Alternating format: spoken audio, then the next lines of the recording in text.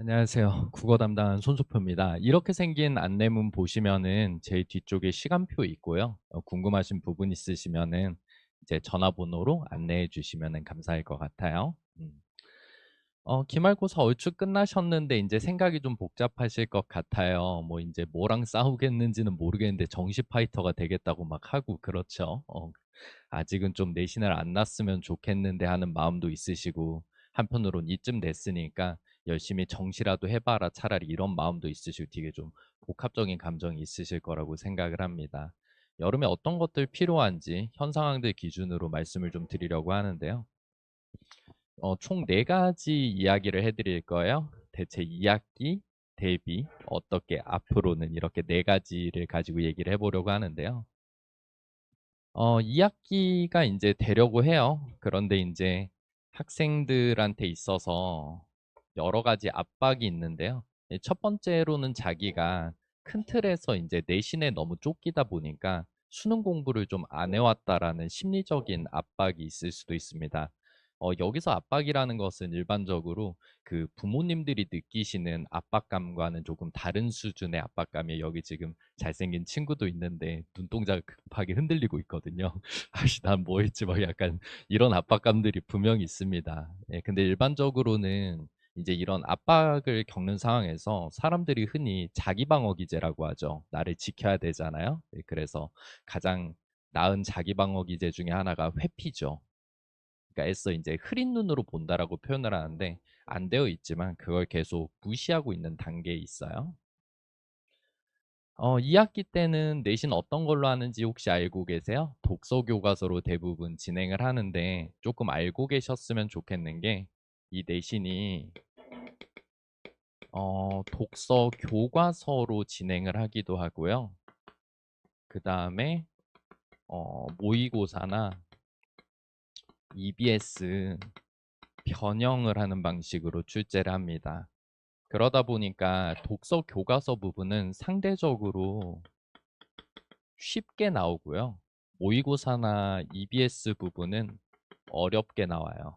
그러니까 좀 바꿔 얘기하면 2 학기 때 큰 틀에서 내신 대비를 쪼끔 해 본다고 했을 때 변별은 당연히 모의고사나 EBS 변형에서 출제가 되거든요. 그러다 보니까 이걸 근거로 2 학기가 되기 전에 비문학 공부를 좀 깊이 있게 해야 된다라고 설명회 다니시면 대부분 그런 말씀 많이 들으시잖아요. "왜 비문학 공부를 여름에 해야 되나? 2 학기 때 인제 내신을 하니까." 뭐 이런 측면이 쪼끔 있는 것 같기도 해요. 저는 인제 세 번째 얘기인데 전반적으로 개념이나 어휘 학습이 부족한데요. 뭐 선생님들마다 느끼는 부분은 쪼끔 다르긴 할 텐데 제가 생각했을 때는 어휘 학습이 전반적으로 많이 모자랍니다. 제가 해마다 직접 시험장에 가 가지고 수능에 응시를 하거든요. 예 저희 유튜브 채널에 가 보시면은 제가 직접 수능에 응시한 브이로그 영상을 보실 수 있어요. 그래서 해마다 응시를 하고 있는데요. 시험 보는 거 너무 좋아해 가지고 제가 대학원에서 학위 논문을 수능 문항 분석으로 받았었는데 좀 재밌는 부분은 이제 요즘은 좀 빠르신 분들은 저랑 비슷하게 수능 세대시더라고요. 그쵸? 그런데 이 시험 분석을 보면은 제가 수능을 보던 때 어휘 문제 정답률은 90% 초중반 정도의 정답률을 보였어요. 그러니까 통상 93에서 96% 정도를 왔다 갔다 했다고 보시면 되는데요. 요즘 같은 경우에는 80% 초중반까지 내려와 있거든요. 약 10% 에서 10% 이상 정도의 편차가 발생해요. 그럼 이제 두 가지 가능성을 생각해 보실 수 있죠. 첫 번째로 문제가 많이 어휘 문제가 어려워졌거나 두 번째로는 학습자의 수준이 많이 내려갔거나 뭐 세 번째 가능성도 있겠네요. 둘 다거나. 예 근데 그냥 편하게 말씀드리면 문제가 어려워진 건 없습니다. 예 그럼 가능성 하나 밖에 안 남았네요. 뭐가 좀 떨어진 거예요? 학습자의 어휘 수준이 좀 많이 떨어졌습니다. 예 오늘 아버님들도 많이 오셨는데 국어라는 과목이 사실 운동을 배우는 거랑 되게 비슷해요. 국어학습이라는 게 그렇거든요. 이게 왜 그러냐면 교육학적으로 따졌을 때 운동도 그렇고 국어학습도 그렇고 수행 능력과 밀접한 상관이 있다라고 이야기를 많이 하는 것 같아요. 그러다 보니까 운동을 잘하고 싶으면은 두 가지를 잘하면 된다라고 하잖아요. 뭐 골프 좋아하시는 분들은 다들 뭐에 신경 쓰세요? 폼이 되게 좋아야 된다. 테니스 치시는 분들도 폼이 예뻐야지 잘 친다 이런 얘기들 많이 하시잖아요. 그쵸? 그런데 폼도 폼인데 뭐가 꼭 필요하실 것 같아요? 이것도 좀 필요할 것 같아요. 그런데 일반적으로 국어학습 이렇게 설명회를 들어보시면은 많은 선생님들이 요구하시는 것 중에 하나가 이 폼과 관련한 사고력과 관련한 부분을 많이 얘기를 하실 거예요. 대부분 그런 얘기 많이 듣지 않아요? 생각의 방식이나 생각의 과정들이 굉장히 중요하다. 이런 얘기들 많이 하시는데요. 그러니까 좀 편하게 말씀드리면은 사실 둘 다 중요한데 이것과 관련한 얘기가 조금 빠져 있다라는 느낌을 좀 많이 받게 되는 것 같아요. 그럼 너무나 당연하지만 운동에서 체력이 없으면 안 되듯이 국어에서도 뭐가 없으면은 사고가 좋아도 안 될까요? 좋아요. 그래서 이렇게 생각을 하시면 됩니다. 그러니까 운동을 잘하고 싶으면은 체력과 폼을 모두 신경 써야 되듯이 국어 학습에서 본인이 뭔가 결과를 내고 싶다라고 한다면 어휘와 관련한 학습, 사고와 관련한 학습들이 모두 일어나야 될 것 같아요. 그것들을 이제 여름에 어떻게 할 건지에 대한 얘기를 조금 해보고 싶은데요. 그래서 이런 것들을 대비하기 위해서 조금 깊게 공부할 필요가 있는데요. 오해하시면 안 되는 게 이게 심화 학습이라고 얘기를 했을 때 어 난도를 높이는 방식이 대부분 일반적이죠. 그러니까 우리가 깊게 공부한다고 했을 때 어려운 텍스트로 공부를 한다.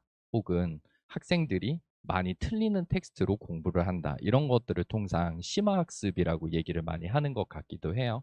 근데 이제 좀 제안 드리고 싶은 게 단순히 많이 틀리는 것들을 풀어본다라고 해가지고 뭐가 나아지는 지점보다는 얼마만큼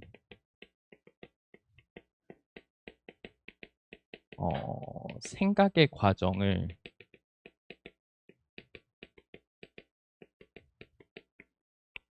자세하게 마라나와 관련한 얘기를 조금 할 예정입니다. 무슨 말씀으로 드리는 거냐면 텍스트 자체가 쉬워도 상관은 없어요. 근데 텍스트 자체가 쉬운 것과는 별개로 일문단을 읽었을 때 어떤 학생은 A와 관련한 생각을 끄집어내고 어떤 학생은 B와 관련한 생각을 끄집어내고 어떤 학생은 C와 관련한 생각을 끄집어내거든요. 그럼 그랬을 때 당연히 가장 유리한 판단 방식이라는 게 분명히 존재합니다. 여기서 유리하다는 것은 시험을 설계하는 사람들이 좀 더 좋아하는 방식이라는 건 분명히 존재를 하더라고요. 학위 논문을 쓰면서 수능 실제로 출제했던 교수님 세 분을 인터뷰를 했을 때 그런 비슷한 얘기를 분명히 했었거든요. 뭐와 관련해서 자기는 출제하는데 컨셉이 조금 있다라는 얘기를 해주셨었는데 당연히 방식이 분명히 있는 것 같아요. 그러다 보니까 단순히 어려운 텍스트를 많이 본다라고 해가지고 깊게 공부했다라고 저는 생각하지 않고 상황에서 본인이 A, B, C 중에 어떤 걸 선택하는지에 대한 근거를 만들 수 있게끔 오랫동안 깊게 얘기하는 게 도움이 된다. 이렇게 생각하시는 게 좋을 것 같아요. 같은 이유로 문학 같은 경우에도 단순히 어려운 고전 시가나 고전 소설을 많이 보는 게 중요한 게 아니라 텍스트를 보는 과정에서 본인이 어떤 어휘에 주목을 하는지에 대한 얘기들을 생각해 볼 수도 있죠. 작년 같은 경우에는 고전 소설과 관련해 가지고 수능 당일 기준으로 정답률이 가장 낮게 찍히는 문제들이 출제가 됐는데요. 문제를 대부분 어떻게 만드냐면은 고전 소설이라고 하니까 지금 들으시는 학부모님들 입장에서는 난생 처음 보는 단어가 나와서 학생들이 해석을 못하지 않았을까라고 생각하면서 대부분 들으시거든요.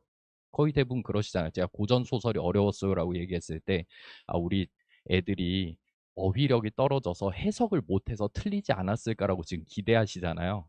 근데 대부분 문제는 그렇게 만들어지지 않고 어떻게 만들어졌냐면 시어머니가 며느리한테 오해를 해요. 그래서 시어머니가 며느리를 죽이려고 하거든요. 근데 그러다가 나중에 어떤 사건이 일어나고 나서 시어머니가 진실을 깨달은 거예요. 그러니까 그때부터는 며느리를 죽여야 될 걸 며느리를 죽일 필요가 없을까요? 며느리를 죽일 필요가 없어지겠죠. 그래서 시험 문제 어떻게 출제가 됐냐면 진실을 알기 전의 인식이냐, 진실을 안 이후의 인식이냐를 물었어요. 이건 단순히 어떤 고전과 관련한 깊은 어휘력을 요구하는 걸까요? 아니면 인식의 시점 자체를 물은 걸까요? 맞아요. 인식의 시점 자체를 물었습니다. 이게 작년에 가장 많이 틀린 문제였거든요. 그러니까 깊게 공부한다는 건 단순히 어려운 텍스트, 그러니까 단어 자체가 어렵게 만들어져 있는 텍스트를 본다는 의미가 아니라 우리가 어떤 인식이 발생했을 때 그 인식이 어느 시간성 혹은 어느 공간성에서 발생하는지를 깊게 따져보는 방식으로 텍스트를 읽을 수 있게 지도하는 것들이 심화학습이다. 이렇게 말씀을 드리고 싶어요.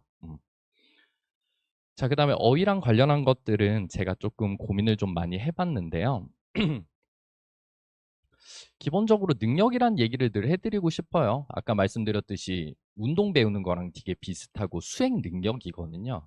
근데 능력이라는 거는 너무나 당연하지만 반복과 숙달을 통해서 발생하게 되는 것 같아요. 대부분 뭐 스포츠 좋아하시는 분들 다들 아시겠지만 뭐 이렇게 업무가 바쁘셔 가지고 한 두어 달 쉬다가 오랜만에 필드 나가면은 예전 같은 퍼포먼스가 안 나오잖아요. 날마다 뭔가를 해 봐야지 느는 것 같기도 하고요. 그쵸? 저는 요즘 인제 살을 좀 빼보려고 러닝을 하고 있는데 입맛이 많이 좋아져서 좀 쪘습니다. 그렇지만 요즘 인제 뭐 한 달째 인제 뛰고 있는데 날마다 뛰다 보니까 쪼금씩 뛸 수 있는 거리가 늘어나기는 하는 것 같아요. 그러니까 어떻게 보면 저한테 있어서는 반복과 숙달이 제 달리기와 관련한 능력들을 많이 키워준 것 같은데요. 그러니까 다른 것들은 능력이 인제 늘어나기 위해서 반복과 숙달이 되어야 된다는 걸 다들 알고 계시면서 왜 국어와 관련해서 반복과 숙달을 하지 않으시죠? 한국말 하니까 반복과 숙달을 한다고 착각하시는 건가요? 그건 아닐 거예요. 그쵸? 그래서 이런 것들을 하기 위해서 날마다 저희가 뭔가 프로그램을 쪼끔 마련을 해 봤었는데요. 수업 시간에는 가능하면 아까 말씀드렸듯이 심화학습 어떤 거라고요? 텍스트 자체가 어려운 게 아니라 어떤 게 중요해요? 과정과 깊은 생각들을 담은 질문들을 학생들에게 반복적으로 해 봄으로써 생각 자체를 많이 해 봐야 되는 것 같아요. 텍스트가 어려운 걸로는 절대 심화학습이 일어나지 않습니다. 어려운 텍스트가 분명히 가치가 있지만 쉬운 텍스트로도 깊게 묻는 것들을 통해서 발전하는 게 어떻게 보면 지금 단계에선 더 좋을 수도 있어요. 만약에 이게 고3 강의 설명이었으면 어려운 텍스트를 정면으로 맞부딪혔을 때 발생하는 득이 큽니다라고 말씀드릴 텐데 아직은 1 년이 남았잖아요. 그러다 보니까 무조건 어려운 게 무조건 좋다고 말씀드리는 건 어폐가 크다고 생각합니다. 그다음에 이번에 저희 여름 과정에서 인제 진행하려고 하는 건데요. 아침 7시에 학생들에게 매일 카카오톡으로 이렇게 어휘 테스트가 나갈 거예요. 그래서 이 어휘 테스트를 날마다 이렇게 응시를 해 가지고 인제 5주 과정이거든요. 이 5주 과정 동안 꾸준히 자기가 참여해서 열심히 하면은 이 요즘 친구들은 "이거 하면 좋다."라고 얘기하고 하면 대부분 안 하더라고요. 그래서 꾸준히 한 친구들한테는 인제 베네핏을 주는 게 맞으니까 이렇게 축하의 의미로 장학금을 주고 반복적으로 미응시를 하는 친구들 같은 경우에는 이것을 근거로 클리닉에 불러 가지고 어휘를 전부 다 외울 수 있게 준비를 해 보려고 하고 있어요. 얼마만큼 학생들이 어휘와 관련해서 어려움을 겪냐라고 했을 때 집에 가셔 가지고 한번 물어보시면 좋거든요.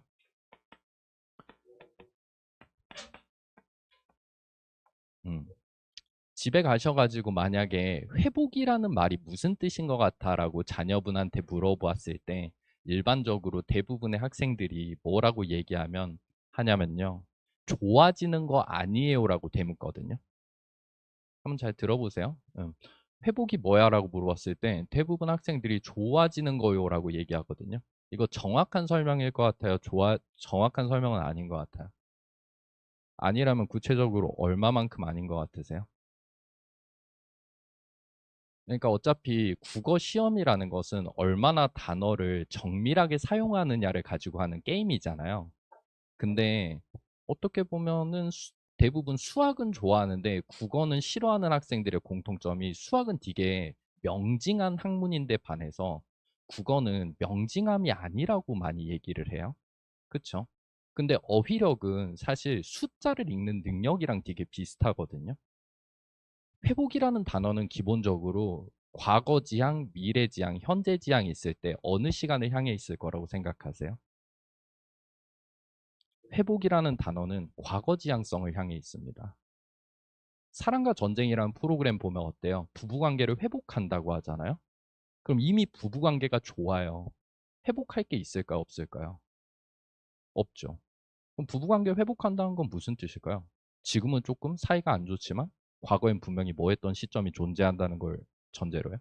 좋았던 시점이 있었다는 걸 전제로 하게 되죠. 그러다 보니까 현대시에서 회복이라는 단어를 쓸 때는 기본적으로 시적 화자의 지향이 과거 지향을 향해 있어요. 그런데 텍스트에서 선택지에서는 미래의 긍정적 상황을 기대한대요. 맞는 말일 것 같아요? 틀린 말일 것 같아요? 틀린 말일 것 같죠. 왜? 회복은 과거를 향해 있는데 미래를 향한대요. 시간 지향이 다르지만 머릿속에서 좋아지는 거요라고 얘기하는 순간부터 본인한테 국어는 회색의 과목이 되고 수학이랑 다르게 애매한 과목이라고 얘기를 해요. 어디서부터 그럴 것 같아요? 단어를 깨끗하게 쓰지 않는 능력부터 기반을 합니다. 이런 것들을 자꾸 아침마다 해보셨으면 좋겠어서 일부러 어떻게 보면 컨텐츠를 마련을 했다. 이렇게 생각하시면 좋을 것 같아요. 자, 그래서 제가 봤을 때는 여름에는 필수적으로 하면 좋은 거랑 추가적으로 하면 좋은 게 이제 갈라지는데요. 필수적으로 했으면 좋겠는 거는 독서와 문학에 대한 학습을 필수적으로 꼭 하셨으면 좋겠어요. 이번에 진행되는 수능 집중반 같은 경우에는 5회차 수업을 하고 이제 계속 이제 고3 되기 전까지 쭉 진행되는 반이거든요. 그러다 보니까 일관되게 학습을 이어갈 수 있다는 측면에서 장점이 있다. 이런 말씀을 드리고 싶고요. 그다음에 만약에 내년에 엄매를 선택하실 예정이면은 저는 여름에 문법 강의를 들으시는 걸 추천을 드립니다. 꼭 제 강의 안 들으셔도 상관없는데 만약에 엄매 선택을 하신다면은 여름에 미리 하시는 걸 꼭 추천을 드려요. 이건 되게 자세히 말씀드리고 싶었던 것 중에 하나가 대부분 엄매 선택을 하는 친구들은 거의 대부분 문법 공부를 언제 시작하는지 타이밍이 정해져 있거든요. 언제 시작하실 것 같아요? 고3 올라가는 겨울에 대부분 시작하거든요. 그때 대부분 해요. 근데 조금만 생각해 보셨을 때 고3에서 볼 수 있는 모의고사 중에 가장 중요한 모의고사가 6월 평가원, 9월 평가원, 11월 정도가 되겠어요? 근데 겨울에 시작하잖아요? 그럼 아까 말씀드렸죠. 능력을 위해서 뭐가 필요하다고요? 반복과 숙달이 필요하다고요? 그러면 6월 평가원 모의고사 보기 전까지 중간에 자기가 중간고사도 봐야 되고 3학년 내신을 일반적으로 챙길 거잖아요. 그러다 보니까 6월 모평을 볼 때, 평가원을 볼 때 엄매 점수가 완성이 안 된 상태로 6평을 칩니다. 아마 내년에 최악의 시나리오에 대해서 지금 미리 말씀을 드리는 거예요. 그래서 집에 와가지고 뭐라고 얘기하실 것 같아요? 아, 언어와 매체 공부가 조금 덜 돼 가지고 여기서부터 시간이 밀려 가지고 국어를 망했다. 9월에는 다를 거다라고 얘기를 합니다. 그러다 보니까 한번 생각해 보셨을 때 6월 평가원 모의고사에서 이미 선택 과목 관련해 가지고 점수가 얼추 완성이 된 상태로 최고의 컨디션으로 6평에서 자기 고점 점수가 나와야 돼요. 왜냐하면은 사람이 하는 거라서 그래요. 심리적으로 자기가 6평에서 한번 위축이 되잖아요. 그럼 일반적으로 9평에서 위축이 된 상태의 경험으로 무게감이 큰 모의고사를 보잖아요. 통상 그걸 극복하기가 힘든 경우가 좀 일반적입니다. 거듭 말씀드려요. 사람이 하는 일이고 심리적으로 위축되면 안 되는데 심리적으로 위축되지 않기 위해서는 미리 익숙하게 만들어 놔야 된다. 아까 운동하는 거랑 되게 비슷하다고 했잖아요. 계속 상대방한테 졌어요. 그럼 상대 팀이랑 게임할 때 이미 나는 심리적으로 져 있는 거잖아요. 그런 상황을 피해야 된다는 거죠. 그다음에 이것과 관련해 가지고 저희가 평일에 진행하는 클리닉들은 아마 조교 선생님이 나오시는 게 아니라 제가 직접 나와 가지고 조금 봐 드릴 예정이에요. 그래서 신청자분들에 한해 가지고는 1 학기 때 풀었던 자기 중간고사랑 기말고사 시험지를 들고 시간을 맞춰 가지고 오시면은 제가 시험지 푼 거 본 다음에 개인적으로 좀 피드백 해 주고 국어 학습 관련해 가지고 조금 조언을 해 드릴 수 있거든요. 저번에 해 보니까 학부모님들보다는 실제로 왔던 학생들이 조금 더 만족도가 높더라고요. 자기 시험지를 보고 시간 안에서 어떤 판단을 했고 어떤 걸 틀렸는데 앞으로 어떻게 바꾸면 좋을지에 대한 얘기를 해 줬을 때 어머님들, 아버님들 입장에선 그냥 애가 잠깐 왔다 갔다 정도의 인식이지만 다녀간 학생들 입장에서는 이게 조금 학습에 도움이 된다 이런 식으로 얘기를 하더라고요. 자, 그래서 다원에서는 저희가 이렇게 두 개의 강의를 준비했고요. 문학 독서 강의는 저희 여름과정 강의 제목이 예쁘죠? 아쉽게 틀리는 이유여서 줄여서 아이유입니다. 어, 근데 늘 보면은 국어를 몰라서 틀리는 경우는 없는 것 같아요. 탁 변명하기 좋잖아요. 그렇지 않아요? 초등학교 때부터 늘 당해오시지 않았습니까? 3번, 5번 골라놨는데 그거 틀려가지고 그렇지. 두 개 골라놓은 거 다 맞았으면 엄마 100점이야. 이런 얘기 많이 들으셨잖아요. 그쵸? 그랬으면 100점이야가 아니라 100점 맞아야 되죠. 그래서 이런 것들을 고민하는 시간을 가질 거다라고 말씀을 드릴게요. 굉장히 자신 있게 준비해서 진행하는 강의고요. 저는 열심히 준비해서 강의실에서 기다리고 있겠습니다. 감사합니다.